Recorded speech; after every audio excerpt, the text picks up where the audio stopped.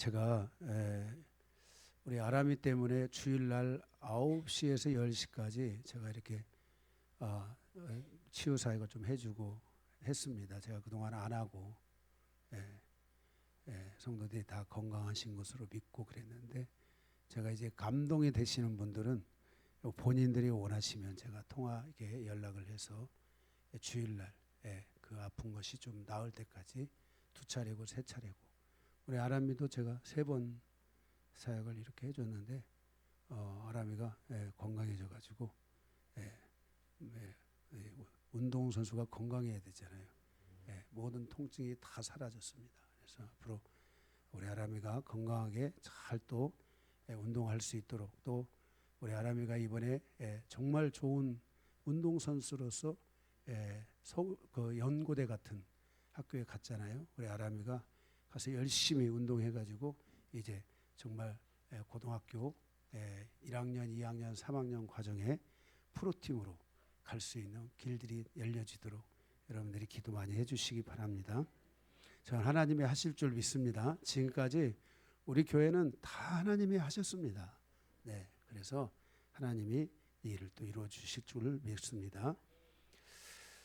오늘 마가복음 12장 35절에서 44절의 말씀을 통해 산헤드린 공회에 대한 가르침을 통한 교훈, 두 번째 시간으로 함께 은혜를 나누기를 원합니다.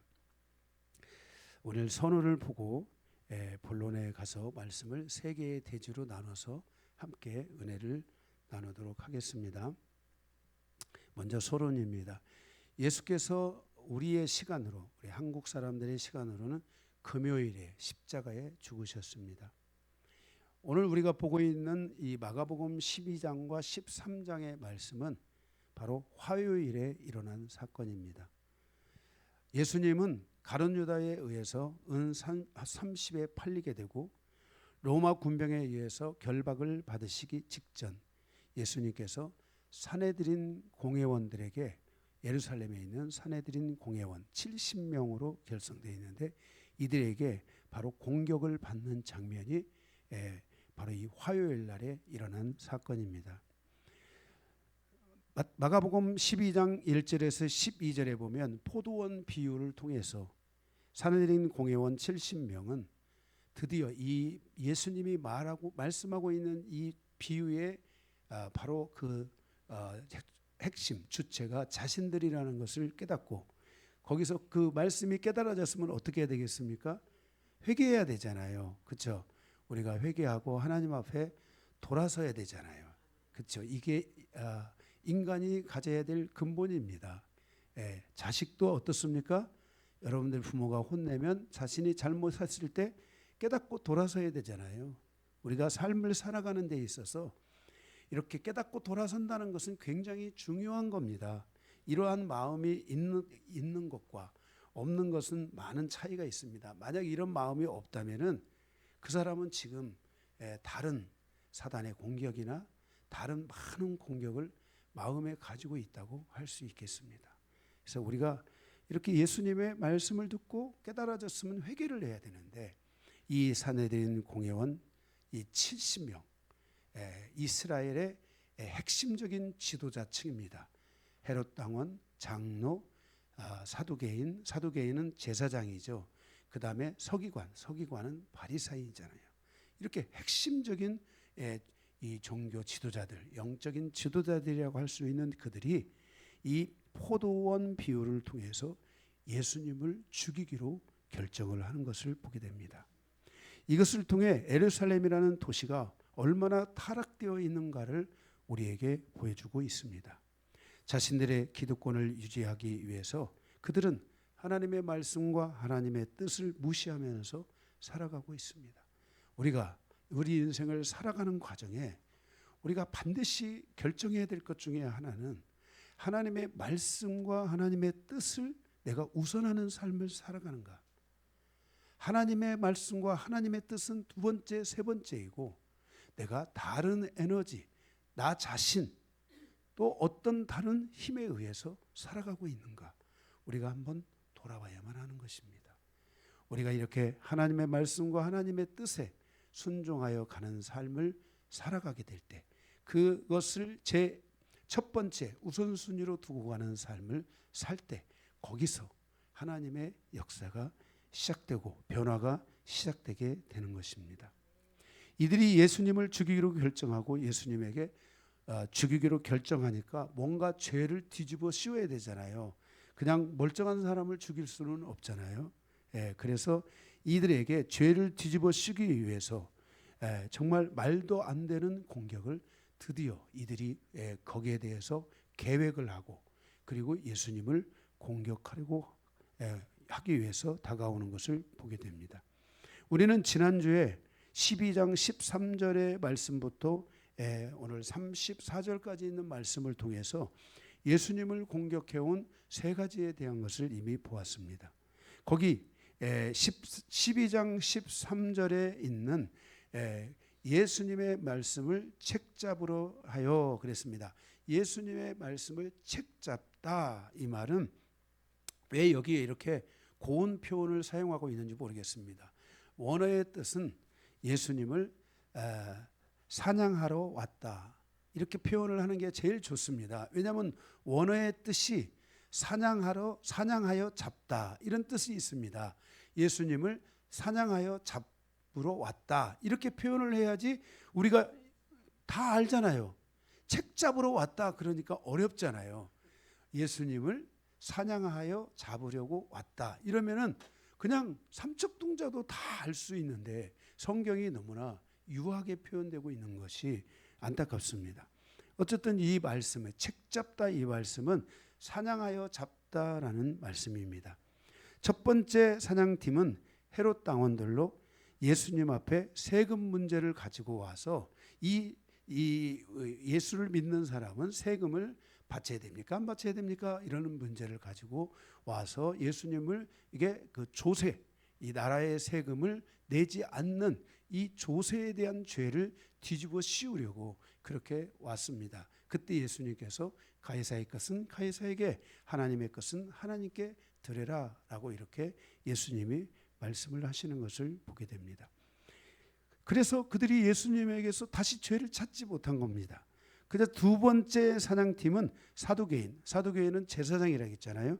제사장 그룹이 와서 부활의 문제를 가지고 이스라엘에게 있는 독특한 제도,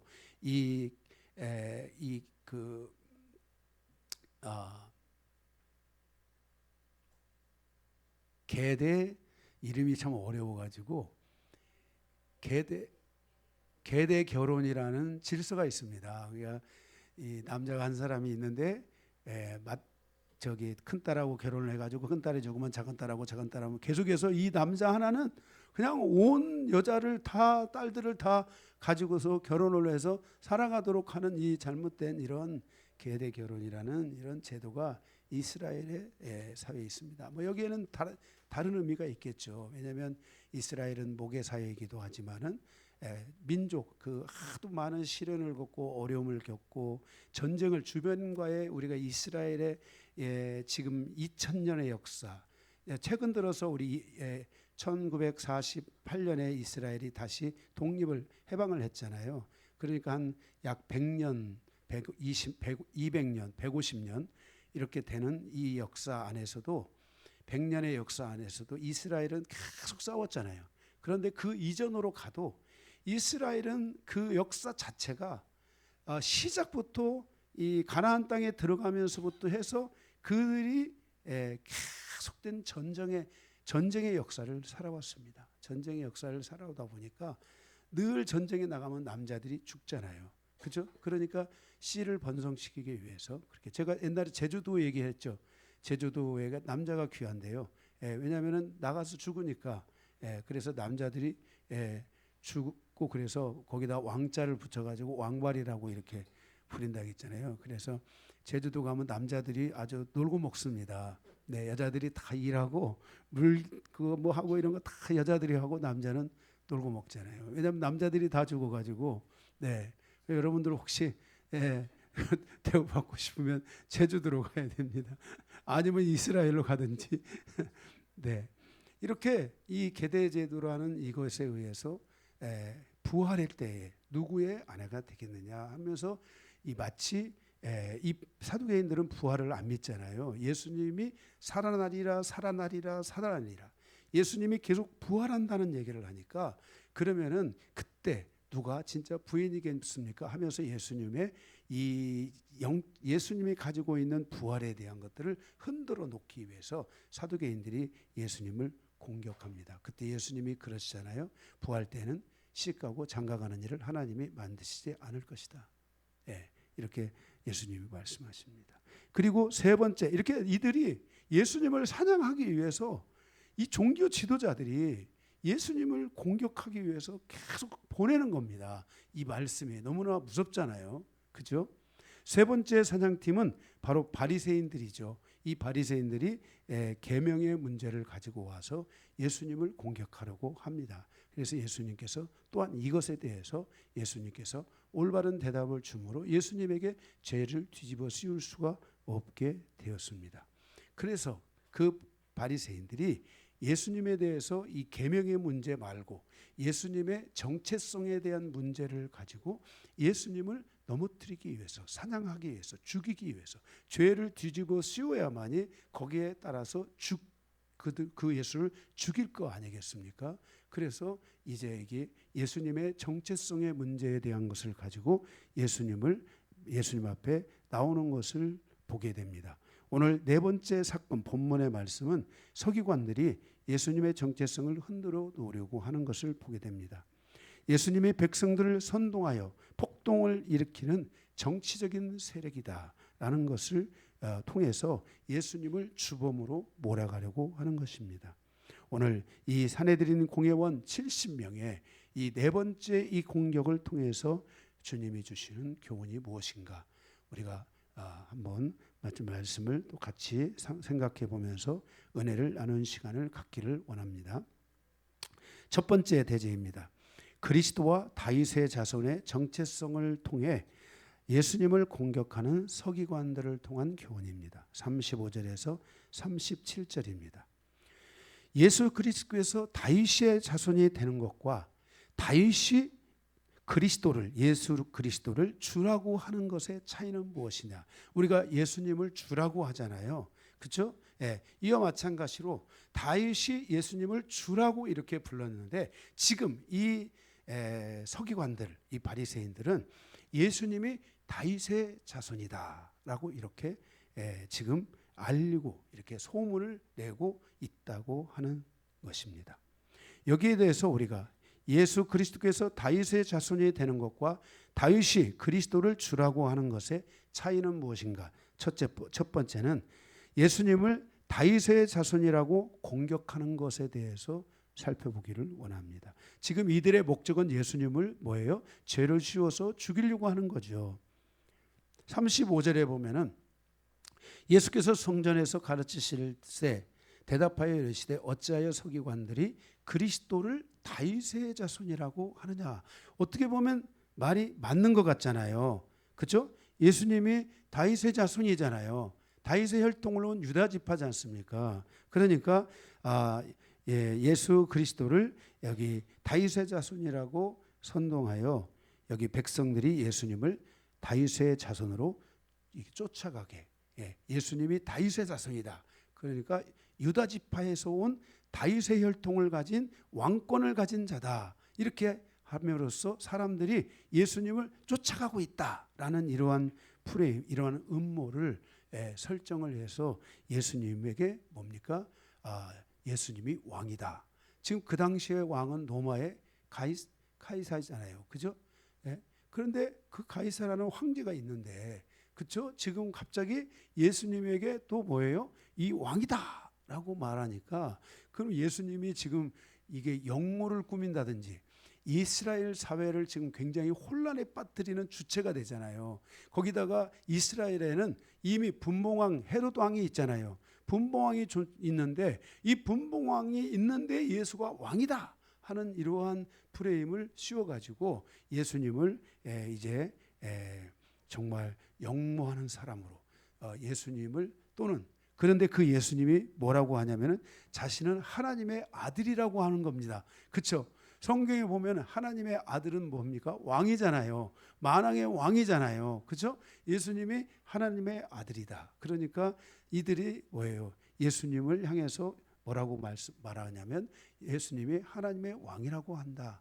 그러니까 신성 모독하는 거죠. 그렇죠? 자기가 뭔데 목수였던 그 사람이 갑자기 어느 날 자기가 하나님의 아들이라는 거예요. 그죠? 예. 이렇게 그 당시에 이스라엘 사회 안에서는 하나님을 하나님이라고 아도나이, 예, 히브리어로는 아도나이 이렇게 불렀습니다. 여호와 이런 표현이 원어에 그대로 성경에 있지 않습니까? 이렇게 불렀는데 그래서 이들은 하나님을 아버지라고 하는 것을 잘 못 불렀어요. 하나님은 영존하신 아버지시고, 그죠? 아버지시잖아요, 하나님이요. 그래서 아버지라고 불러야만이 아들이 되잖아요, 자녀가 되잖아요. 그런데 이들이 하나님을 아버지라고 부르지 않은 것이에요. 그래서 하나님의 아들이라고 예수님이 하니까 이들이 예수님에게서 뭐야? 자기가 하나님의 아들이래. 그러면 자기가 하나님의 아들이니까 자기는 하나님이잖아. 그럼 우리는 뭐야? 이렇게 이들이 그러면서 예수에게 신성 모독의 죄 또는 이렇게 그 뭡니까? 한 나라의 그런 정치적인 세력으로서 바로 어떤 쿠데타 같은 이런 것을 일으킬 주체다라고 이렇게 이들을 예수님에게 이렇게 말하기 위해서 예수님이 다윗의 자손이야라고 누가 말하는 거예요? 바리새인들이 말하는 거예요. 예수님이 다윗의 자손이야 이렇게 이들에게 사람들에게 말하는 거예요. 그러니까 이러한 소문이 이제 어디로 가는 거예요? 이제 로마 황제에게로 가고 헤롯 대왕이 이미 가 있잖아요. 헤롯 대왕으로 이미 들어가 있고 이들이 이런 식으로 해서 백성들을 선동하고 그래서 백성들을 데리고 정말 이 뭡니까? 예수님을 영웅처럼 이렇게 만들어 가지고 예수님을 높여서 마치 예수님을 높이는 것 같지만은 그러나 이렇게 예수님을 정치적인 세력으로 몰아서 예수님에게 죄를 올가미를 씌워 가지고 결국 예수님을 죽이려는 의도입니다. 예수님에 대한 잘못된 정체성을 퍼뜨리고 있는 겁니다. 이거 얼마나 무섭습니까? 예루살렘은 성지잖아요. 그죠? 하나님의 동산, 살레망 의의 왕이 계셨던 곳이잖아요. 그렇죠? 예루살렘은 하나님의 거룩한 백성들이 있는 땅이잖아요. 그런데 그 거룩한 땅이라는 예루살렘에서 이렇게 예수님에 대해서 잘못된 그러한 정체성을 퍼뜨려서 예수님을 죽이려고 음모를 꾸미는 이 무서운 일들이 그들에게서 이루어지고 있는 것을 보게 됩니다. 이들의 목표는 이 바리새인들의 목표는 예수님이 사람들을 미혹시킴으로 정치적인 세력이 백성들을 선동하여 바로 폭동을 일으키는 그 주범이 예수다. 이렇게 예수와 예수의 제자들이다라고 하는 것을 이제 프레임으로 몰아가지고 결국 예수님을 죽이는데 예수님을 죽이는 목표는 뭐냐면은 예수님이 그냥 그들에 의해서 이렇게 죽으면 예수님의 죽음이 헛되잖아요. 예수님은 분명히 인류의 죄를 위해 십자가를 지시고 그 십자가에서 인류의 죄를 다 사하시고 죽어야 되잖아요. 그렇죠? 그렇게 죽으셔야 되잖아요. 그런데 이들은 예수님을 이렇게 잘못된 죽음으로 몰아가려고 하는 이 예루살렘에서 일어나는 이 큰 음모가 바로 도사리고 있다는 것을 그렇게 해서 예수님을 사냥해서 죽이려고 하는 자신들의 기득권, 자신들이 가지고 있는 정치적인 세력, 자신들이 가지고 있는 물질에 대한 부 이런 것들을 지키기 위해서 권력 이런 것들을 지키기 위해서 예수님이 이 땅에 죄인을 구원하기 위해 죄를 사하기 위해 오셨는데도 빛 대신 하나님의 아들로 오셨는데도 그들이 그 예수님을 깨닫지 못하고 예수님을 죽이려 하고 있다는 것입니다. 그래서 이것을 간파한 예수님이 오늘 거기 35절에 어찌하여 서기관들이 예수 그리스도를 다윗의 자손이라고 하느냐라고 묻고 있는 것입니다. 우리는 진리를 가지고 살아가는 사람들입니다. 진리에 대해서 조금만 삐끗해도 미혹을 받을 수 있습니다. 항상 진리에 집중하고 말씀에 대해서 아멘하고 순종적인 자세를 갖도록 힘을 다해야 합니다. 목회자인 저도 하나님의 말씀에 늘 순종적이려고 하고 하나님이 주신 리더십 안에 순종하려고 덜 하면서 살아가고 있습니다. 조그마한 부정적인 생각이 우리로 하여금 진리에 대해서 넘어지게 할 수 있다는 것을 알아야 됩니다. 항상 말씀 뒤에 숨어있는 사단의 공격이 있다는 것을 기억하고 우리는 하나님의 말씀을 대할 때 온전한 마음으로 대해야 됩니다. 세상이 가지고 있는 어떤 가치관과 가르침을 통해 성경을 풀어가는 자가 아니라 성경을 통해 이 세상이 가지고 있는 가르침과 세상에 존재하는 많은 지식들이 옳고 그른지를 분별해낼 수 있는 그러한 지혜로운 성도들이 다 되어야 될 줄로 믿습니다. 그래서 예수님은 이렇게 첫 번째 다윗의 자손이라고 하는 것에 대한 것을 간파하고 이들이 그곳에 예수님을 죽이기 위해서 왔다는 것을 간파하고 물으면서 너희가 어찌하여 나를 다윗의 자손이라고 말하고 있느냐 하면서 주님께서 해답을 주시죠. 두 번째, 예수 그리스도의 정확한 정체성은 무엇인가? 36절에서 37절입니다. 이 36절의 말씀은 다윗이 성령에 감동되어 친히 말하되 주께서 내 주께 이르시되 내가 내 원수를 내 발 아래에 둘 때까지 내 우편에 앉았으리라 하셨도다 하였느니라 그랬습니다. 이 말씀은 시편 110편 1절의 말씀을 인용하고 있는 말씀이죠. 아멘. 거기 여호와 하나님께서 주께서 이 말은 여호와 하나님께서 주께, 이 주께는 누구냐면 바로 예수 그리스도를 말하는 거죠. 여호와 하나님께서 그리스도께 바로 예수께 이르시되 내가 내 원수를 내 발 아래에 둘 때까지 내 우편에 앉았으리라 하셨도다. 예수님은 육신으로는 다윗의 혈통을 통해서 성령으로 잉태하여 이 땅에 성육신하여 계시지만은 그는 사단을 그의 발 아래에 둘 때까지 여호와 하나님의 우편에 계시다. 이게 예수님이 말씀하시고 있는 것입니다. 그러니까 예수님은 다윗의 자손이 아니라 하나님의 우편에 계시는 주시며 하나님이시라는 겁니다. 그러니까 지금 예수님은 지금 육신으로는 다윗의 자손으로서 이 땅에 오신 것 같지만 사실 지금 그 예수님의 정체성은 어디에 있느냐? 사단을 발 아래에 둘 때까지. 언제 사단을 발 아래에 두는 것입니까? 바로 예수님이 십자가에 죽으실 때. 사단은 예수님의 뒤꿈치를 상하게 하겠지만은 예수님은 그 사단의 머리를 치신다고 했잖아요. 그래서 예수님이 십자가에 죽으실 때 사단은 그 발 아래 내려가는 겁니다. 빌립보서 2장에도 말씀하고 있잖아요. 그죠? 아멘.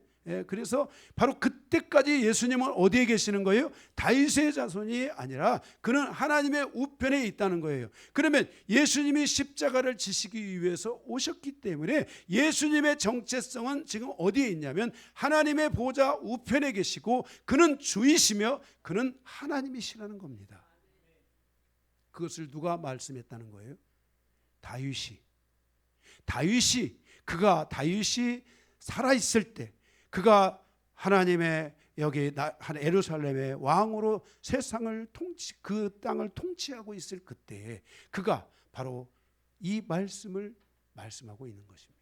그래서 다윗이 예수님이 말하는 겁니다. 다윗이 하나님의 신에 감동되어 말한 그 시편 110편 1절의 말씀을 인용해서 예수님은 다윗의 자손으로서 이 땅에 온 것이 육신으로 온 것이 사실처럼 보이지만 그러나 다윗이 감동하여 아버지께서 하나님 아버지께서 주를 그 주가 바로 자신이라는 것을 말씀하며 자신은 하나님의 보좌로부터 왔고 지금도 하나님의 보좌에 앉은 주권을 가지고 있으며 그는 바로 하나님이시라는 것을 예수님이 거기서 말씀을 하시는 것입니다.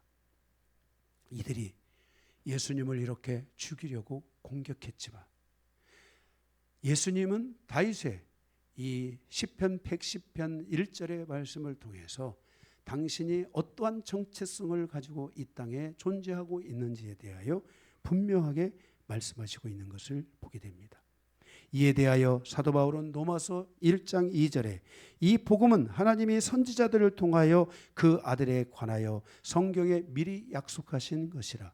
히브리서 1장 1절에서 3절에 옛적에 선지자들을 통하여 여러 부분과 여러 모양으로 우리 조상들에게 말씀하신 하나님이 이 모든 날 마지막에는 아들을 통하여 우리에게 말씀하셨으니 바로 이는 만유의 상속자로 세우시고 또 그로 말미암아 모든 세계를 지으셨느니라.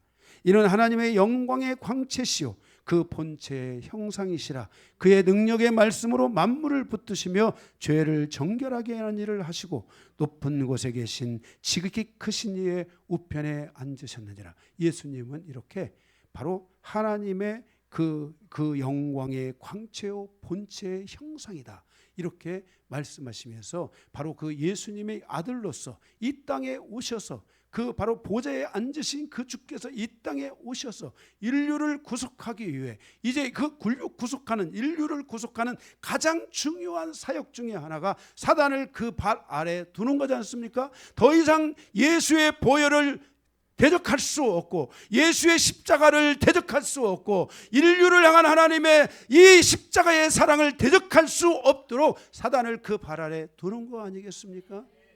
이 일을 하기까지 예수님 자신의 정체성은 십자가에 죽으시기까지 예수님 자신의 정체성은 하나님의 보좌에 있는 주이시며 그는 하나님이시라고 분명하게 말씀을 하고 있는 것입니다. 그러므로 예수 그리스도의 십자가의 죽으심은 단순히 육신의 혈통으로 다윗의 자손이 죽는 것이 아니라 하나님이신 예수 그리스도께서 인간의 죄를 구속하고 구원하기 위한 메시아로서의 죽음이라는 것을 예수님께서 친히 말씀하여 주고 있습니다. 사랑하는 성도 여러분, 여러분을 위해 십자가를 지신 주님이 하나님이신 것을 믿습니까? 여러분을 위해서 십자가에 피 흘리신 그 하나님이 아버지의 보좌 우편에서 오신 주이시며 하나님이신 것을 믿습니까? 그 주께서 나를 구원하기 위해 나의 죄를 사하시기 위해 친히 이 땅에 오셔서 지금 예수님이 십자가의 길을 가고 있는 것입니다. 그러므로 우리의 죄에 대한 죽으심은 하나님의 언약의 성취이며 우리의 죽음으로부터 부활은 하나님의 약속의 성취라는 것을 확신해야 합니다. 그러므로 예수 그리스도를 믿는 자는 죄 사함을 받고 구원을 받게 되는 것입니다. 서기관들은 예수님의 죽음을 허망한 죽음으로 몰아가려고 합니다. 이들은 자신이 알든 모르든 사단의 추종자들이 되어져 가고 있는 것입니다. 뒤에서 역사하는 그 사단이 마지막 발악하고 있는 예수님이 3일만 있으면 십자가의 이 발 앞에 그들이 엎드릴 것을 믿기 때문에, 알고 있기 때문에 사단은 발악을 하고 있는 것입니다. 우리는 이렇게 하나님의 말씀에 쓰임받는 자가 돼야 되지, 사단의 추종자가 되고 사단에게 쓰임받는 자들이 되면 절대로 안 되는 것입니다. 우리는 악을 위해 태어난 것이 아니라 선을 위해 존재한다고 주님이 말씀하셨습니다. 예수님은 자신의 죽음에 대한 정체성을 다시 한번 우리에게 확고하게 말씀하여 주심으로 예수님의 제자들과 예수님을 믿는 모든 사람들이 믿음 안에서 승리할 수 있도록 이 길을 우리에게 열어주셨습니다. 두 번째, 그러면서 주님이 말씀하시기를 서기관 바리새인들을 삼가라 그랬습니다. 38절에서 40절입니다. 본문의 말씀을 자세하게 설명하고 있는 책이 마가복음 23장 1절에서 36절입니다. 거기에 보면은 예수님께서 8가지를 통해서 8가지를 통해서 이 바리새인들을 삼가라고 말씀을 하고 있습니다. 첫 번째는 마태복음 23장 1절에 12절에 보니까 바리새인들의 잘못된 리더십을 책망하며 삼가라고 하십니다. 여러분, 예수님의 섬기는 리더십이잖아요. 자신을 높이는 리더십이 아니잖아요. 마귀는 끊임없이 자기를 높이려고 하고 교만하여 그는 타락하여 그 사단의 그 추종 사단이 됐지 않습니까? 마귀가 됐잖아요. 성경에 주님은 말씀합니다. 자신을 높이는 자가 되지 말고 자신을 낮추는 자가 되라. 그런데 여기 오늘 바리새인들은 자신을 윗존에 두려고 합니다. 자기를 자꾸만 높이려고 합니다. 나는 저기 있는 죄인 세리와 같지 않다라고 말합니다. 주님이 보실 때 얼마나 이 바리새인들이 교만한 자들인가 하는 것을 보게 됩니다. 결국 바리새인들의 리더십은 멸망으로 이끌어가는 타락한 리더십이라는 것을 보여주고 있고, 그러한 리더십은 백성들의 고통은 그러한 리더십으로 백성들의 고통은 커지고 결국 그 백성들은 잘못하면 지옥으로 멸망으로 몰아갈 수 있다는 것을 알려주고 있는 것입니다.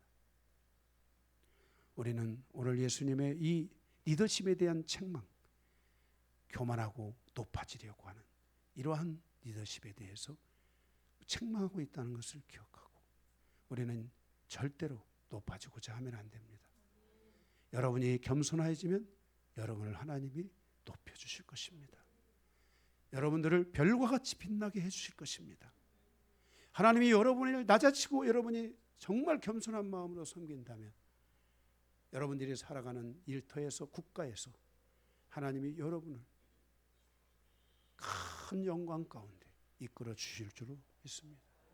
다니엘을 축복하신 하나님이, 요셉을 축복하신 하나님이, 우리 모두를 축복하신 하나님이 여러분을 그렇게 인도하실 줄로 믿습니다. 두 번째로 천국을 닫고 지옥을 여는 잘못된 신앙관에 대하여 책망하시며 조심하라고 말씀하고 있습니다. 마태복음 23장 13절에 바리새인들이 하나님을 믿는다고 하면서 하나님에 대해서 가르치고 있으면서 그들의 삶이 천국이 없는 자와 같은 삶을 사는 겁니다. 가르치기는 하지만 삶이 없는 것입니다. 예수님은 이것을 책망하고 있습니다.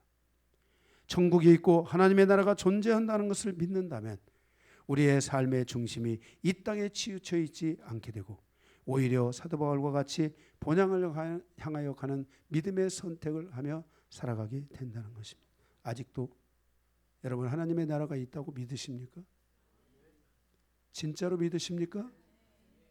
혹시 세상에 콧받들이면서 세상 중심으로 살아가고 세상에 역시 얽매이고 세상의 근심 때문에 근심하고 걱정하고 그러다 보면 여러분 보세요. 세상에서 계속 세상에 의존하다 보면요.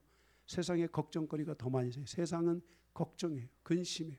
세상에 무슨 성경에 물론 주님의 말씀이에요. 세상에 주는 기쁨도 있대요. 그런데 세상이 주는 기쁨과 하나님이 주시는 기쁨은 비교할 수가 없습니다. 여러분들이 하나님의 기쁨을 중심으로 세상을 살아가는 자가 돼야지 세상의 기쁨을 중심으로 살아가려고 하다 보면 세상은 어느 순간부터 기쁨이 아니라 근심과 염려와 고통과 아픔과 이런 것들을 계속 가중시켜주기 시작한다는 걸 알아요. 그 딜레마에 빠지면 안 돼요. 우리는 예수 믿는 사람들, 특별히 여러분이 예수를 믿기로 했으니까 이런 세상의 딜레마적인 삶에 빠져 살아가지 마시기 바랍니다. 여러분들이 정말 주님 편에 살아가세요. 믿음이 아닌 것은 선택하지 않겠다. 내 믿음이 죽는 것은 선택하지 않겠다. 이런 마음을 가지고 하나님의 질서 안에서 여러분들이 계속 하나님이 주시는 기쁨이 내 죽을 때까지, 아까 우리 여기 찬양하시는 집사님 그랬잖아요. 집사님 정말 주님이 나에게 주신 이 기쁨이 죽을 때까지 계속 갈 수 있도록 우리는 기도해야 된다. 하나님을 믿는 것이 고리타분한 것이 아니라 하나님을 믿는 것은 벅찬 일이고 감격적인 일이에요. 저는 지금까지 제가 하나님을 믿고 정말 어려서부터 하나님을 믿고 여기까지 목사가 되어서 와서 저희 자녀들이 다 하나님을 믿고 살아가고 있고 그렇지만 오늘 이 찬양을 드릴 때 저 가슴에 막 뭉클뭉클했어요. 막 눈물이 날 것 같았어요. 응? 나도 하나님이 나를 위해 하나님이 이 교회를 나를 교회로 인도하신 거구나. 응? 그런데 이 교회를 내가 목회하고 있구나. 이 교회가 소중하구나. 성도들이 나를 구원하신 그 교회가, 나를 하나님께서 그 교회로 인도하신 것처럼 이 교회로 성도들 이끌어 주셨으니까 성도들이 정말 하나님의 은혜 안에서 건강한 삶을 살아갔으면 좋겠다. 응? 여러분들의, 저는 그래서 이 찬양을 하면서 나에게 하나님이 나를 교회로 이끌어 주셨구나. 그때 정말 45년 전에 하나님이 나를 교회로 이끌어 주시지 않았다면 나는 어떤 인생을 살았을까? 그랬잖아요. 우리 집사님도 이 영광교회로 나를 불러주지 않았다면 내가 어떤 삶을 살았을까? 응? 네? 우리의 삶이 이렇게 믿음에 이렇게 하나님의 진정한 나라를 바라보면서 살아가야 되고요. 여러분들이 그러면 변화가 이래야 돼요. 회개는 회개의 열매가 있어야 되는 것처럼 변화는 변화에 대한 열매가 있어야 돼요. 나는 그렇게 되겠습니다. 그렇게 되겠습니다. 백날 그렇게 되겠습니다 하고 하면 뭐 할 거예요? 되겠습니다 했으면 되는 것에 대한 열매가 있어야 되잖아요.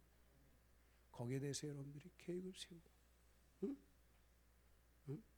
우리 오 집사님이 영광교회를 위해서 나는 남은 삶을 다 드리고 싶습니다 하고 와서 정말 최근 들어 지금 교회 나온 지 한 2달 됐나 다시 나온 지. 그런데 그렇게 하고 끝나는 게 아니잖아요.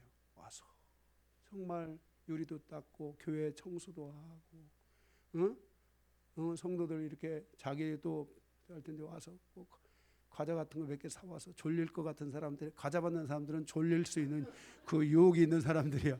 와서 과자 드시면서 졸지 마세요 이런 뜻이에요. 하나씩 주기도 하고. 진짜 우리 교회 주차장은 잘 돼 있는데 주차 요원이 없었잖아요. 와가지고 나서 그 주차 다 해가지고 와서 하고, 정말 이런 모습들을 볼 때 변화는 변화의 열매가 있어야 되고 회개는 회개의 열매가 있어야 된다. 여러분들이 하나님으로 살기를 원하십니까? 그 목표를 정확하게 설정하고 내가 어떻게 하면 하나님으로 살 수 있는가?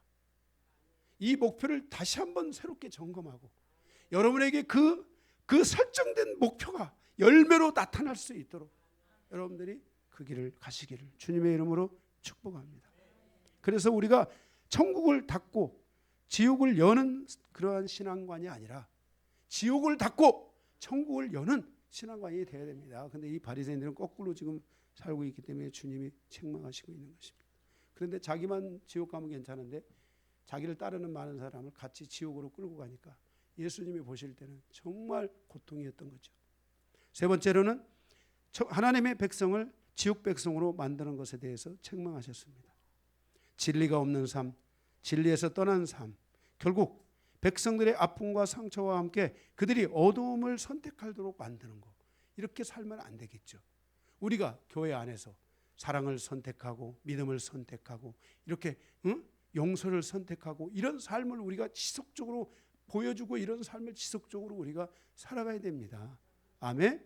그래서 정말 실족하는 일들이 없이 사람들이 믿음 안에서 잘 살아갈 수 있도록 우리가 이끌어 줘야 될 줄로 믿습니다. 그래서 우리가 신앙생활을 우리가 먼저 조금이라도 먼저 하고 신앙생활을 한다면 우리의 신앙은 게으르면 안 됩니다. 막 교회 와서 살으라는 말이 아닙니다. 내가 가정에서도 또 일터에서도 교회 와서도 내 말, 내 행동 이런 거 하나하나를 다 돌아볼 줄 알아야 됩니다. 이게 엄청나게 중요합니다. 그냥 하기 좋은 말이라고 막 해버리고 이게 아니라 위로하는 말, 사랑하는 말, 격려하는 말, 아멘? 그런 말들을 해줘야 되지 않겠습니까? 할렐루야. 네, 여러분들이 이렇게 꼭 사시기를 바랍니다. 그래서 이러한 것들이 결국은 그 백성을, 사람들을 지옥으로 가게 하는 것이 아니라 하나님의 나라로 이끌어가는 은혜가 될 줄로 믿습니다. 오늘 여러분들이 이렇게 점심 드시면서도 참 기도하고 있습니다. 앞으로 기도하겠습니다. 힘내세요. 이렇게 사랑합니다. 이렇게 해서 여러분들이 꼭 그렇게 인사들을 좀 많이 나눠주시기 바랍니다. 연습 한번 할까요? 자, 요즘 이런 거 뭐 유행이잖아요. 옆에 있는 분에게 사랑합니다.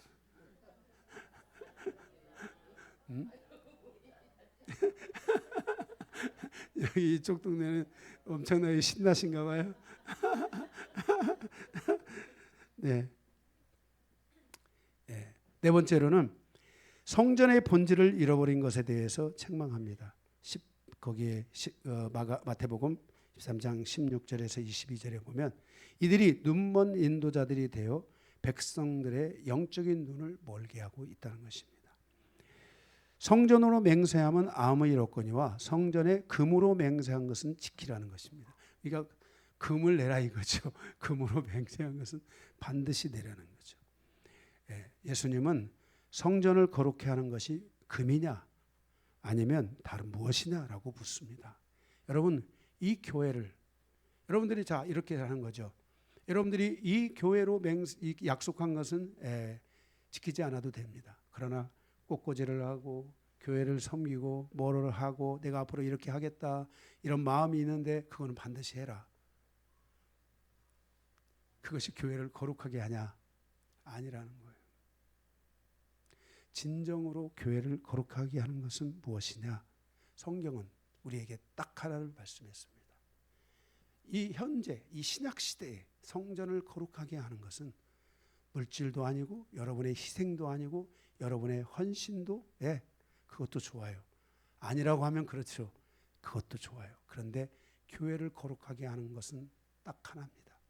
기도가 교회를 거룩하게 한다고 말씀하고 있습니다. 여러분이 발걸음을 옮겨서 교회에 들어오면서 헌신을 하고 봉사를 하더라도 기도하십시오. 기도부터 시작하십시오. 그리고 여러분들이 정기적으로 나와서 교회에 와서 기도하십시오. 이래 이 전이 거룩해지고 이 전을 기도하고 나아가는 여러분들의 발걸음이 거룩해지고 여러분의 그 발걸음이 교회 집에까지 이르게 된다면 집이 거룩해질 거고 여러분의 발걸음이 일터까지 그것이 이어진다면 그 일터에도 기름 부으심이 오고 그 일터에도 거룩함에 대한 하나님의 은혜가 올 줄로 믿습니다. 아멘. 여러분들이 이렇게 이 거룩함이라는 게 무엇인가? 나의 이 기도가 여기서 끝나는 것이 아니라 나의 이 기름 부으심의 이 은혜가 이 성령님을 찾는 이 은혜가 나의 가정까지 그리고 이것이 여러분의 말을 통해 여러분의 자녀에게까지 자녀의 마음에까지 여러분의 말이요 자녀의 생각을 스쳐 지나갈 수 있어요. 감정을 스쳐 지나갈 수 있어요. 그러나 거룩한 말은 자녀들의 마음에 씨앗이 되어서 그 자녀들의 마음에 이 씨앗이 되어 들어가는데 그 일을 내가 말한 말이 하는 게 아니라 말 속에 있는 성령이 그 일을 하시는 겁니다. 성령은 우리를 진리 가운데로 인도하잖아요. 아멘. 그래서 여러분들이 누군가를 위해서 말할 때도 기도하고 말하고 누군가를 무엇을 할 때도 기도하고 무엇을 하고 무엇을 하든지 다 우리가 기도를 통해서 해야만이 바로 그것이 거룩함이 되고 주님이 그랬잖아요. 말씀과 기도로 뭐라 했어요? 거룩하여 지민이라 주님이 말씀하셨죠. 이게 신약 시대에 교회가 거룩해지는 것이고 우리의 가정이 거룩해지는 것이고 우리의 삶이 거룩해지는 것이고 우리의 모든 것이 거룩해지는 것이 바로 이 기도에 있다는 것을 주님께서 말씀하셨어요. 교회는 이제 더 이상 다른 것이 아니라 교회는 기도하는 집이다 라고 주님이 선포를 해 주신 것입니다. 그러니까 성전의 본질을 잃어버린 바리새인들을 책망하는 거예요. 응? 예. 다섯 번째, 교회 안에 잘못된 영적 질서에 대한 것을 가르치는 것을 책망하고 계세요. 자, 헌금에 대해서 얘기하고 있어요. 23절에 24절에 보면 헌금을 드리는 것이 중요하다. 그래서 교회 안에서 헌금 드리는 것을 더 중요하게 가르친 바리새인들이에요. 헌금을 잘 드려라 이렇게 말씀했어요. 그런데 주님의 말씀은 헌금보다도 더 중요한 영적 생활이 있다. 바로 정의와 국률과 믿음이다. 헌금 잘해야 됩니다. 그러나 그게보다 더 중요한 게 뭐냐면은 정의, 국률, 믿음이라고 주님께서 마태복음 23장에 23절에서 24절에 말씀하고 있는 것을 보게 됩니다. 그러니까 뭐를 잘해야 돼요? 정의, 의롭담. 교회는 의롭담에 대한 구원에 대한 은혜가 계속 이루어져야 됩니다. 정말 주님의 십자가의 보혈의 은혜가 계속 넘쳐야 됩니다. 예. 그래서 내가 넘어졌을 때 회개하고 아멘. 하마르티아에서 파라토마에 이르는 모든 나의 죄를 주님이 용서하셨잖아요.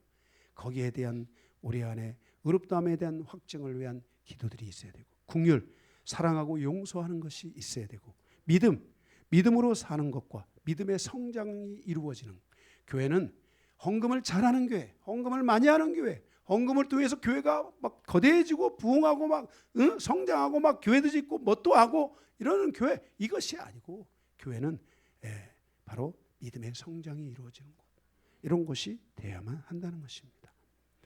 그러나 주님은 23절에 정의와 긍휼과 믿음을 세우되 헌금 드리는 것도 잘해라, 이렇게 말씀을 했습니다. 그래서 이따가 헌금 문제는 잠깐 한번 언급이 되는데, 우리가 헌금이라는 것이 뭔가 하는 것을 주님이 오늘 우리에게 정확하게 말씀을 하고 있습니다. 6번째는 잔과 대접의 겉은 깨끗하지만 마음의 속은 더럽다는 것을 책망합니다. 우리가 이런 일상의 것들, 나의 모습을 거룩하게 하고 깨끗하게 하고 이런 것보다 더 중요한 것이 뭐냐면 나의 마음을 깨끗하게 해야 됩니다.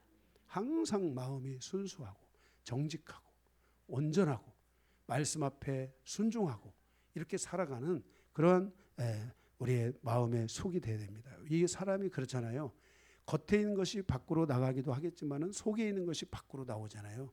여러분의 속이 깨끗해서 여러분들이 하는 그 모든 말과 행위와 그것들이 주님으로부터 인정받고 사람으로부터 인정받아야 됩니다. 저 사람이 말을 한마디 하면은 그 사람이 마음이 깨끗한지 안 한지 사람들은 다 알아요.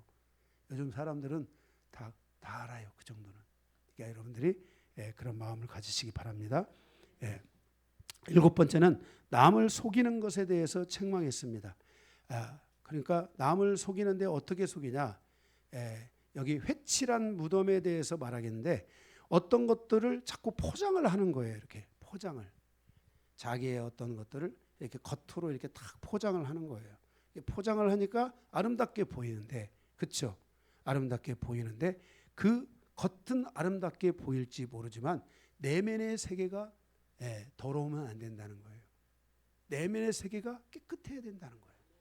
항상 나의 내면의 세계가 정직해야 되는데, 그러면 나의 내면의 세계를 깨끗하게 하는 게 뭐냐? 바로 말씀과 기도밖에 없어요. 여러분들이 하나님의 말씀을 계속 읽으시기 바랍니다. 우리 지금 달란트 전성도 달란트 대회를 하잖아요.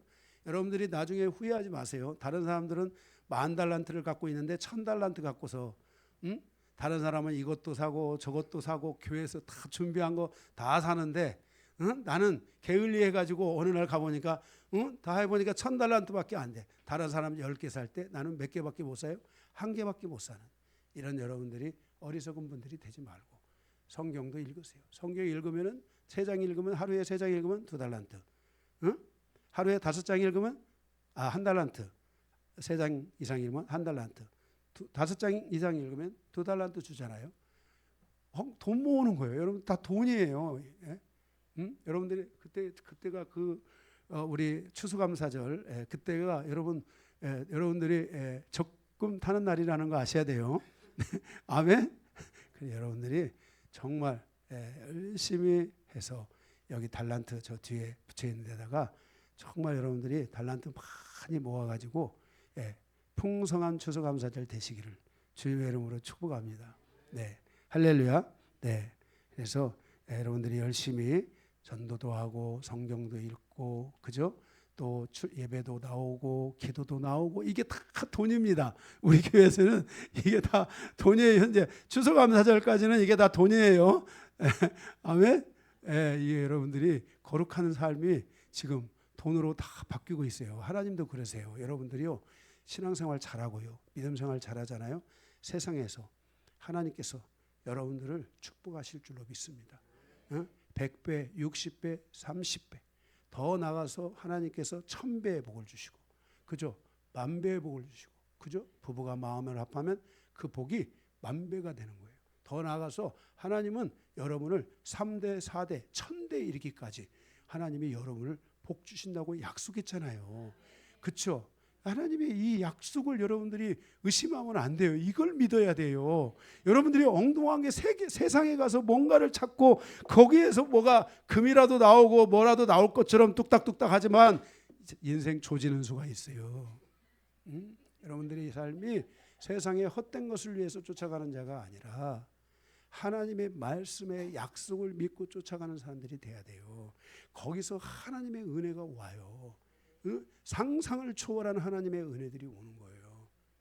잘 안 믿으시죠? 믿는 사람들이 여기 있죠. 왜? 그걸 경험한 사람은 믿어줄 수밖에 없어요.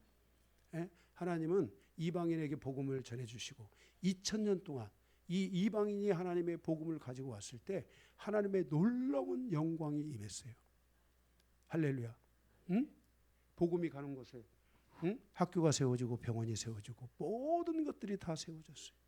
하나님의 놀라운 역사가 이방인의 시대 안에 임하여 있는 거예요. 그 이방인의 시대가 마감될 날이 멀지 않았어요. 여러분들이 정말 이 시대는 이방인의 시대라는 것을 믿으셔야 돼요. 하나님이 누구에게 주셔서 이방인의 시대를? 하나님이 주셨잖아요. 지금은 이방인의 시대라는 걸 믿으셔야 돼요. 예? 하나님이 약속하신 것은 반드시 주신단 말이에요. 아멘. 그래서 우리가 이렇게 겉만 뻗어한 게 아니라 정말 하나님의 말씀 안에서 우리가 살아가야 될 줄을 믿습니다. 마지막 거기 8번째는 진리에서 떠난 자들의 시대가 멸망으로 가게 될 것을 말씀하고 있어요. 진리에서 떠나면 뭐가 된다고요? 멸망으로 간다는 거예요. 그러니까 우리가 절대로 우리가 이 멸망으로 가는 삶을 살면 안 돼요.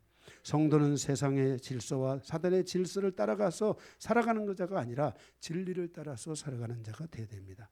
성도는 진리를 통해서 시대를 분별하고 하나님의 자녀로서 어떠한 삶을 살아야 하고 어떠한 삶을 선택해야 하는지에 대해서 분명하게 알고 있어야 하고 또한 하나님이 원하시는 삶을 선택할 수 있어야만 하는 것입니다. 성경을 통해 세상을 보는 안목이 열려야 하는 것입니다. 영적인 안목에 대해서 사도 바울은 교회가 가져야 할 안목 에베소 1장 18절에 마음의 눈이 열려야 된다 이렇게 말씀했어요.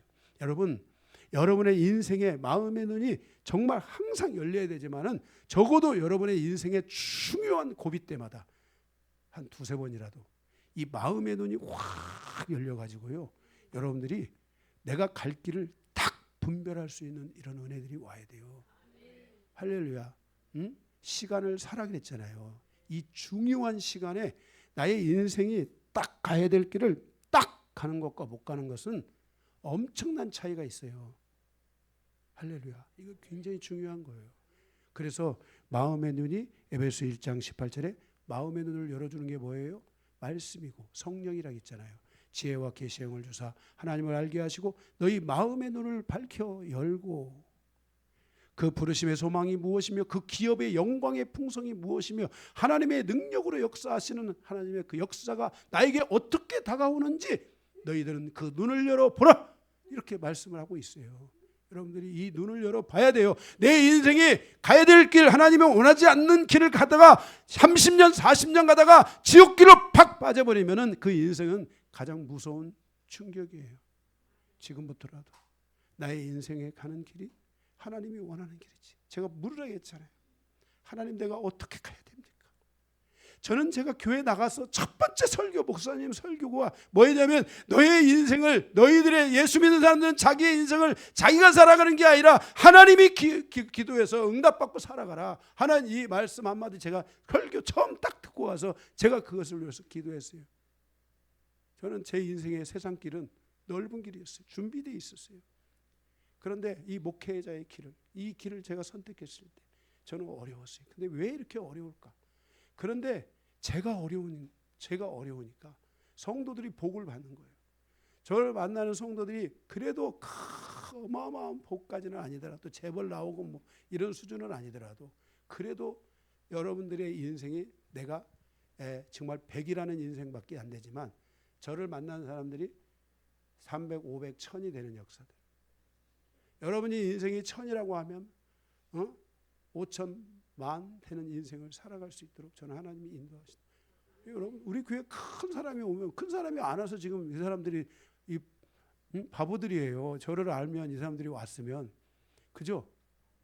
엄청난 일을 하게 될 텐데 그죠? 저를 너무 무시하고 안 와가지고 그 손해예요. 엄청 손해예요.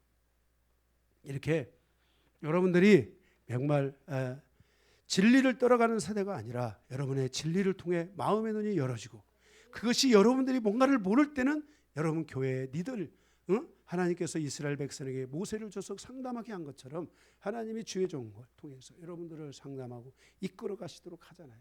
하나님, 목사님 내가 지금 하고 있는 일이 하나님의 뜻입니까? 목사님 제가 지금 하고 있는 내가 걸어가는 일이 하나님이 기뻐하시는 일입니까? 물어보고 그 길을 멈추라 하면 멈추고 하나님이 무엇을 주시든지 하는 거예요. 할렐루야. 응? 할렐루야. 제가 여기 그 최근에도 어떤 누군가에게 그런 말을 했을 때 그 말의 역사들이 일어나고, 저는 지금까지 하나님 앞에서 선포한 것은 한 번도 실패한 적이 없어요. 100번이고 1000번이고 10,000번이고 하나님이 주신 감동은 반드시 이루어져요. 그걸 여러분들이 가지고 살아가시기를 바랍니다. 오늘 설교가 길어서 마지막, 가나안 과부의 헌금을 통한 교훈입니다. 41절에서 44절까지 있는데, 교회의 물질은 매우 중요하지요. 교회의 물질이 타락해서는 안 됩니다. 또한 교회 안에 있는 성도들은 물질관이 온전해져야 합니다. 교회 안에 있는 성도들의 물질관이 온전해지지 않으면 결국 교회는 복음의 빛을 잃어버리기 시작하고 교회가 위기를 맞이하게 됩니다. 결국 교회의 위기는 성도들의 믿음의 위기로 다가오게 되고 한 민족, 한 사회의 위기로 다가오게 됩니다. 가정의 위기는 말할 것도 없습니다. 주님께서 부자들의 헌금을 책망하고 있는 것은 바로 그들의 헌금의 온전함에 대한 것을 책망하고 있습니다. 그 당시 부자들은 바리새인과 사두개인과 헤롯 왕과 장로들과 같은 기득권들의 세력이었습니다. 이 사람들이 교회가 운영되고 있는 것이 부자들에 의해서 운영되어지지 못하고 있다는 것입니다. 다시 말해서 부자가 많은 헌금을 드리라는 게 아닙니다. 여기 보니까 지금 부자는 많은 헌금을 드렸다고 말하고 있어요. 그런데 주님이 그 많은 헌금을 드리고 있는 그들을 주님이 책망하고 있다는 것입니다. 그것은 무엇입니까? 바로 온전한 헌금을 드리지 못하고 있다는 것입니다. 그러니까 부자들은, 이 말씀에서 부자들은 하나님이 원하는 온전한 헌금을 드리지 못하고 자꾸 자기들이 헌금을 지금 뭐예요? 착복하고 있다는 거예요. 그런데 여기 과부들은 뭘 드렸어요? 그러면서 그 부자들, 여기 부자들이 누굽니까? 바리새인들, 사두개인들, 헤롯 당원들, 사두개인들이 성도들을 모아놓고, 백성들을 모아놓고, 여러분 헌금을 다 드리십시오. 하나님 앞에 다 드려야지 천국 갑니다. 그 말을 누가 듣고 있어요 지금? 과부들이 듣고, 야 지옥 가면 안 되지 해서 이 과부들이 자기의 전 재산을 드리는 거예요. 과부들도 온전한 것만 드리면 되잖아요. 다 드려야 되는 게 아니죠.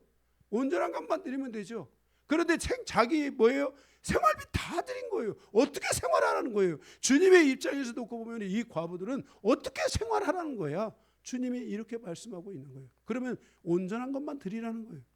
부자들도 많이 드리려고 하지 말고 온전하게 드리라는 거예요. 하나님이 정한 물질을 드리라는 거예요. 그런데 이들은 겉으로는 많이 드리는 것 같이 보이지만은 실질적으로는 온전하게 드리지 않고 하나님의 물질에 얼마를 착복하고, 그리고 그 밑에 있는 과부와 연약하고 약한 사람들에게는 헌금을 과하게 요청을 해가지고 헌금을 드리다 보니까 과부들이 뭐예요? 자기의 생활비 전체를 드리고, 교회는, 여러분 교회는 헌금을 많이 드리는 것이 아닙니다. 하나님이 약속하신, 하나님이 말씀하신 온전한 것을 드리면 됩니다. 많이 있는 사람이든 적게 있는 사람이든 부한 자든 가난한 자든 하나님이 여러분에게 주신 대로 온전한 11조, 온전한 예물을 하나님께 드리면 그 교회가 건강한 교회가 되는 것입니다. 이런 교회는 믿음이 살아납니다. 복음이 살아납니다. 이런 교회를 통해서 하나님의 역사는 계속되어지게 되는 것입니다. 우리 교회 많지 않죠, 성도들, 그죠? 많지 않지만은 온전하게 드린다면 나머지는 하나님이 역사하시겠죠. 그렇죠? 하나님께서 온전하게 드리라고 했으니까 그 온전한 것만 드리면은 다른 건 다 하나님이 역사하시는 거예요. 그죠? 저는 그렇게 믿고 있어요. 왜? 그러면 온전함을 드릴 때 하나님의 역사는 저에게서 나타날까요? 여러분 보세요. 제가 어렵지 않으려면 하나님이 누구를 역사해야 되겠어요? 성도들을 역사하시지 않겠어요? 하나님이 여러분들을 역사하시죠. 여러분의 가정사에, 여러분의 세대 속에 하나님께서 기적을 일으키는 새로운 역사들, 하나님의 축복을 가져오는 역사들, 이런 놀라운 역사들을 하나님이 저는 이렇게 된다고 보고 있습니다. 이런 역사가 계속돼야 된다고 보고 있습니다. 지금은 내가 어려울지 몰라도 하나님의 역사가 시작되는 것부터, 하나님의 역사가 일어나기 시작하는 것으로부터 바로 우리는 하나님의 축복을 경험하게 될 것입니다. 하나님의 약속이지 않습니까? 오늘 우리가 헌금에 대해서 여기 지금 가리새인들은 나 많이 드렸다, 저들은 많이 드렸는데 주님이 책망하고, 지금 너무 많이 드린 지금 과부들에 대해서는 주님의 마음이 아픈 거예요. 어떻게 생활하라고. 만약에 여러분들이 여기 지금 가난한 사람인데 여러분들이 막 매달 와가지고 전 재산을 드려요. 그럼 목회자가 이게 헌금에 대해서 답답한 거예요. 대체 이거 어떻게 하라는 거야? 이거 그냥 하나님이 여러분에게 삶에 주신 수입에서 10분의 1 온전함을 드리고, 그렇죠? 예? 그리고 또 나는 온전함을 드렸는데 11조가 많다고 해서 많이 드렸다, 착각하지 마세요. 하나님 앞에서 11조 드리는 것이지, 그러면 여러분들은 많이 벌지 않았어요? 하나님이 많이 벌게 해줬으니까 많이 드리는 게 당연한 거죠. 그 많이 벌게 하신 하나님은 놔두고 우리가 많이 드린 것처럼 헌금 11조를 온전한 11조를 드리면서 많이 드린 것처럼 하고 나는 권리가 세다고 생각하는 이런 잘못된 생각을 가지면 안 돼요. 가난한 자나 부한 자나 할 것 없이 하나님이 나에게 주신 수입에서 11조를 드리겠구나. 다만 하나님께서 이런 분들이 있습니다. 온전한 헌금은 누구나 다 내는 것이지만 특별히 하나님께서 교회를 더 크고 아름답게 세워가기 위해서 더 많은 일을 할 수 있도록 더 많은 달란트를 주시는 분들이 있어요. 아, 하나님은 나에게 이렇게 많은 물질을 주시고 있구나. 이런 분들도 11조를 드리는데 온전함만 드리지만 그래도 하나님이 나를 쓰셔서 똑같은 11조라도 하나님이 나를 쓰셔서 이렇게 교회를 세워가도록 하나님이 사용하고 있구나 라는 것에 여러분들이 감사해야 되지. 그것 때문에 여러분들이 절대로 교만해지면 안 됩니다. 우리 교회는 하나님 앞에 더 많이 드리고 뭔가 생활비 전체를 다 드리고 여러분의 재산은 다 교회 것, 여러분의 모든 것은 다 주님의 것, 이런 잘못된 여러분들 생각을 가지시면 안 됩니다. 하나님이 여러분에게 주신 10분의 9, 그 10분의 9를 가지고 잘 경영하시기를 바랍니다. 여러분들이 그것을 통해 저축도 하고 여러분의 미래도 꿈꾸고, 주님이 내일 오신다 할지라도 우리는 오늘 우리가 정말 풍성한 삶을 살아가고 우리가 남에게 꾸이지 아니하고 빌리지 아니하고, 아멘, 우리의 인생에 하나님의 영광을 위해서 쓰임받을 수 있는 이런 삶으로 우리가 한 걸음 한 걸음 나가는 성도들이 되어야 될 줄로 믿습니다. 그래서 여러분들이 하나님의 것 거기에서 좀 뭔가 더 뺄까 이렇게 생각하지 말고 나에게 주신 것에 계획을 잘 세우세요. 그러면 보세요. 내가 오늘 이렇게 계획을 세워서 살았으면 하나님이 다음에는 더 많은 것으로 주신다. 더 많은 것으로 주신다고 하나님이 약속하셨잖아요. 아멘. 그렇게 될 줄로 믿으십니까? 네, 말씀을 마치겠습니다.